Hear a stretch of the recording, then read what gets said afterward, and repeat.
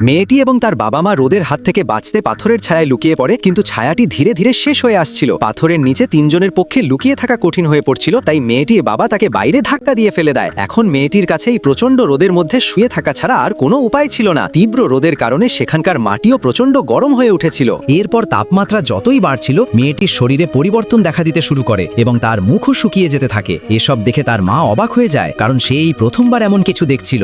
দেখতে দেখতে মাত্র কয়েক মিনিটের মধ্যেই মেয়েটির পুরো শরীর সংকুচিত হয়ে যায় এবং কেবল তার চামড়া অবশিষ্ট থাকে। এরপর তার বাবা মা সূর্য ডোবার অপেক্ষা করে এবং পাথরের আড়াল থেকে বাইরে বেরিয়ে আসে। তারপর লোকটি তার মেয়েকে কাপড়ের মতো করে গুটিয়ে তুলে নেয় এবং তার স্ত্রীর হাতে দিয়ে বলে, আমি একটি মিশনে যাচ্ছি, আমাদের মেয়ে এখনো মারা যায়নি। যদি তুমি কোথাও পানি পাও তবে তাকে পানিতে ফেলে দিও, সে আবার জীবিত হয়ে উঠবে। আর এটুকু বলেই লোকটি তার স্ত্রীকে রেখে মিশনে চলে যায়। এরপর যখন মহিলাটি মরুভূমি থেকে বাইরে আসে, তখন সে পানির একটি উৎস খুঁজে পায় এবং তার মেয়েকে সেখানে ফেলে যায়। পানিতে পড়ার সাথে সাথেই অপ্রত্যাশিতভাবে মেয়েটির হাত পা ফুলতে শুরু করে এবং সে আগের আকৃতি ফিরে পেতে থাকে এবং অবশেষে মেয়েটি জীবিত হয়ে বাইরে বেরিয়ে আসে।